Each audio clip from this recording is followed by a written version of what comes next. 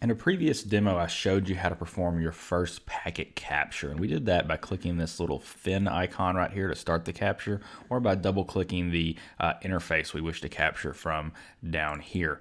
And that's a pretty simple process, and we do that, and we'll start capturing packets immediately. Now here, I want to go a little bit further and show you a bunch of the different options you have to use when you're capturing packets. So what we're going to assume here is that you understand the things we talked about earlier. We talked about tapping into the wire, and so you've already either got Wireshark installed on a machine you're capturing from, or on a sniffer machine, and maybe you're using port mirroring or a tap or ARP cache poisoning, something like that. You've already physically configured the system in the right place it needs to be to capture packets, and now's the time where you actually need to get them onto the system and do the analysis part. So we're going to talk about capture here. I'm going to go ahead and close out this file, and I'm not going to save it. Now, instead of clicking the fin icon or just double clicking the capture interface down here, I actually want to go to the capture options section. And that's found under the capture menu bar item up here at the top. And I'll choose capture options. Now I've gone ahead and expanded this window out so you can see all the different columns here. And what we're looking at is a list of every network interface on the system.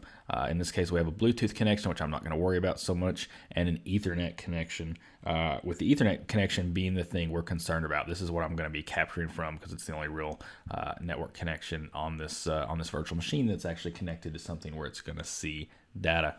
Now, the interface name is shown here, and it's taken just from Windows. And we also have this traffic spark line. You see there's not a lot of traffic on this interface, so it's flat. If there were, you would see spikes here showing that traffic exists. And this is a good way if you have multiple interfaces on your system. Say you have 2 or 3 Ethernet network adapters, or maybe you have a couple wireless adapters, and you don't maybe know what name is which. If only one of them should be seeing traffic, you can actually look at this spark line and see the spikes, and you'll know which one is actually seeing that traffic. Or maybe you have one that's going to be really high volume and some that are low volume, and that can help you determine that way. But that spark line is useful for just seeing what's going on that interface. Now we see a couple other pieces of information here, such as the link layer header. We also see these promiscuous checkboxes. So we talked a little bit about promiscuous mode and what that means. By default, Wireshark is going to enable promiscuous mode on adapters when it can. You see down here we have a checkbox that says enable promiscuous mode on all interfaces. And unless you have a good reason to, you're generally going to leave this on. And you'll see that's reflected again here in both of these adapters, leaving that on. So so these are your network adapters. You can expand those, and you see it'll give you the addressing information. This is also another good way to make sure you're sniffing on the right interface. So especially if you're connected to 2 networks, you want to make sure you're getting the right one. You can look at the addressing information and make sure you're achieving that as you need to. Another thing this window is going to let me do is to specify a capture filter for the data that I'm bringing in. And you'll see that here on the bottom, capture filter for selected interfaces. So this is useful because a lot of the times if I know what I want, it makes sense to go ahead and filter it at the time of capture as opposed to going in and filtering later. Generally, from an analysis perspective, it's always better to start with a small subset of data and work your way up where possible. Granted, if you don't really know what you're going to need, then it's better to capture everything and filter down. But especially if you're on a high throughput link and there's a lot of data going back and forth, it makes a lot more sense to start small and work your way up larger as needed. It's just going to be a lot more manageable in terms of the data you're dealing with, and it's going to process a lot faster. So let's actually take a look at this here. You'll see I have this command prompt window open, and I'm pinging 8.8.8.8. I'm just doing a continuous ping out to it. So let's say we wanted to only capture this traffic. We only want to capture traffic destined to host 8.8.8, or actually we'll say anyway, both to and from 8.8.8.8 is the traffic we're concerned about. So I'll go ahead and minimize that here. We have Ethernet 0 selected, and I'll just say host 8.8.8.8. Right, so that's a valid filter, and that will give me all traffic to and from 8.8.8.8. I want both directions of the communication. So I'll click start on that, and sure enough, we see that traffic come in. We're only seeing 8.8.8.8. We're not seeing anything else. So if I stop this,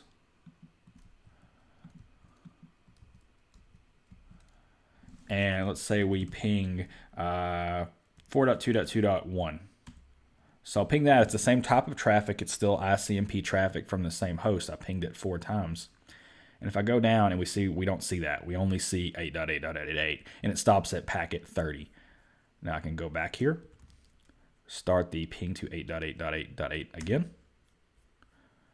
And sure enough, we see that that traffic continuing on. So if you don't know what a ping is, don't worry about that too much now. We'll talk about ICMP traffic a little bit later in a dedicated section. But for now, we're just sending some communication to the specific host, and we're detecting that communication and only capturing that. So when I stop this capture file, as I'm going to do here, we'll have our traffic that we want, that very specific subset, and applying a capture file. And the way we've done it has allowed us to limit that to just the useful data we are interested in looking at. So I'm going to go ahead and close this file out.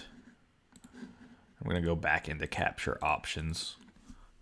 I'm going to go ahead and clear that filter out. You have to remember that these filters do persist when you apply them in your capture interfaces section. So make sure you clear those out. I've had more than a few times where I've input a filter, got the packets I've needed, started a new capture, and gotten really mad because I've realized that I've missed what I was trying to collect because I had a capture filter applied that was limiting things when I didn't really want it to be. So definitely check for that as well.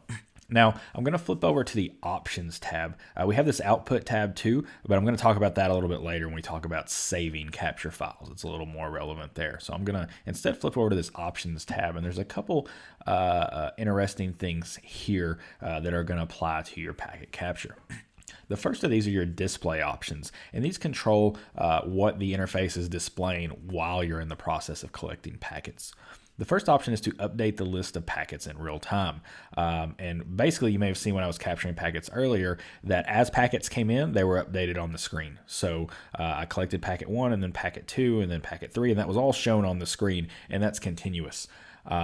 This relates very closely to the second one, which is automatic scroll during live capture, which means as packets are being collected, you're scrolled to the latest captured packet, so you're scrolled to the bottom of the screen depending upon how you're sorting. But by default, you're scrolling to the bottom of the screen, and that's fine in a lot of cases. If you're capturing just from an individual machine or you're using a really good capture filter, that makes sense.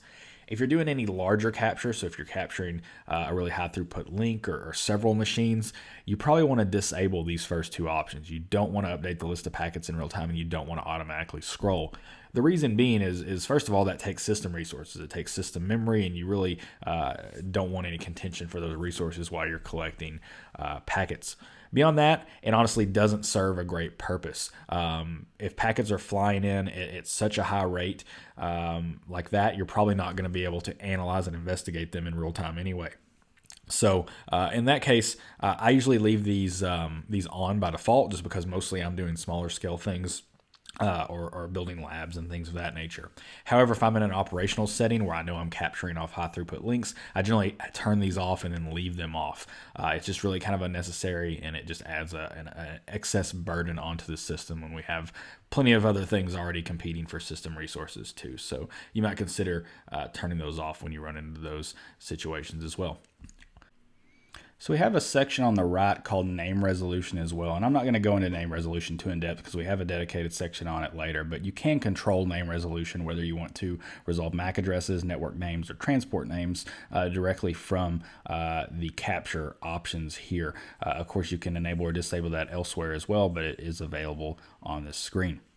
Now, the thing I want to focus on last here on this area is the stop capture automatically after ... section right here, and this basically allows us to start a capture and wait for something to happen, wait for a certain threshold to be met. And you see we can do that based upon packets, files, size, or time. So let's actually give this a try. So I'm going to go ahead and tell it I want it to stop capturing after 10 packets. It shouldn't take us long to get to 10 packets with just some of the standard junk flying across the network. So I'll click start, and sure enough, we got there really, really quick. The packet capture stopped. You see the stop button is grayed out and the start button is highlighted. So I can't stop it because it's already stopped. And then we see we have 10 packets here, 1 through 10. So pretty straightforward, and that's pretty cool. I don't use the option to stop after a number of packets too often, practically speaking. But there are some cases where you might want to do that. So I'm going to go ahead and uncheck that. You can also specify after you create a number of files, and that's paired with the output options we'll talk about here in a little bit.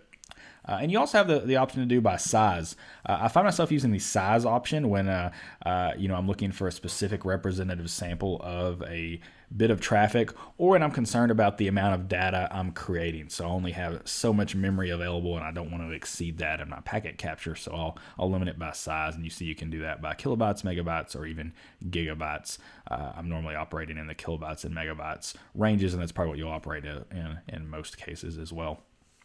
The other option is to do it by seconds, right? So let's go ahead and do that, and I'll go ahead and let's say we want to do it capture for 5 seconds. Go ahead and click Start. 1 Mississippi, 2 Mississippi, 3 Mississippi, 4 Mississippi, 5 Mississippi, and we're done. So you can pardon my Mississippis there, but you see that allowed us to capture traffic for 5 Mississippis, and we got about 13 packets here. So you can do those by time. That's another way to do it as well. Often, quite honestly, I use this setting out of laziness.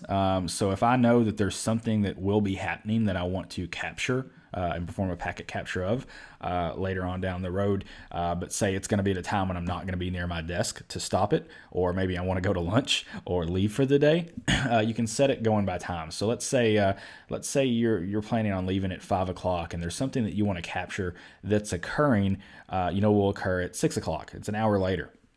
Well, you might need to get home. You might need to get dinner started. You might not want to make your husband or wife mad. So you want to get out of there, but you need to be able to capture this traffic anyway. And you don't want to leave the capture running all night, because it'll eventually crash your system. You won't have enough resources to do that. So what you can do is you can go in here and tell it, okay, I want to capture, let's say I want to do it by hours, and I want to do the next 2 hours. Like this right here. Or I can do it by minutes and get a little more specific. Let's say I want to do the next 90 minutes, so an hour and a half. And then you can start that capture and then go ahead and leave, and basically the capture will run, and after 90 minutes it'll stop, and you should be left with your packets there. Now, I want to caution with that. You can capture a lot of packets in 90 minutes or in a time range like this, so you want to, when possible, combine this with a really good capture filter so you're only getting what you need. And also keep in mind that sometimes systems tend to spontaneously reboot. So if you capture 90 minutes worth of data and don't save it somehow, so if you're not auto saving that, and we'll talk about that later. But if you're not saving that data, then there's a chance your system could reboot either due to power outage or due to scheduled reboots, maybe like some type of Windows update type thing, and then you could lose all those files. So you have to be concerned about that. It's something I've had happen to me a few times where I've played capture roulette and told it to do a time-based capture after I'm away from my desk, and I come back and the system is rebooted or something weird has happened and the file has been lost. So that's a situation you don't want to find yourself in.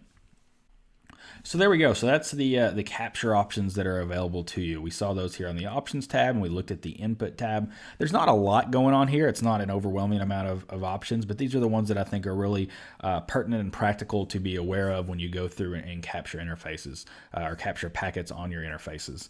Really, the big things you're going to be concerned about are how you're what you're showing, so whether you're doing that live scrolling or not, whether you're doing some type of automated capture that terminates after a specific threshold has been met, and really some of the challenges is figuring out which interface you want to capture from. And Wireshark, with its traffic spark line and showing the addressing information, makes that fairly easy as well. So these are all the different options you have to deal with when you want to capture packets with Wireshark.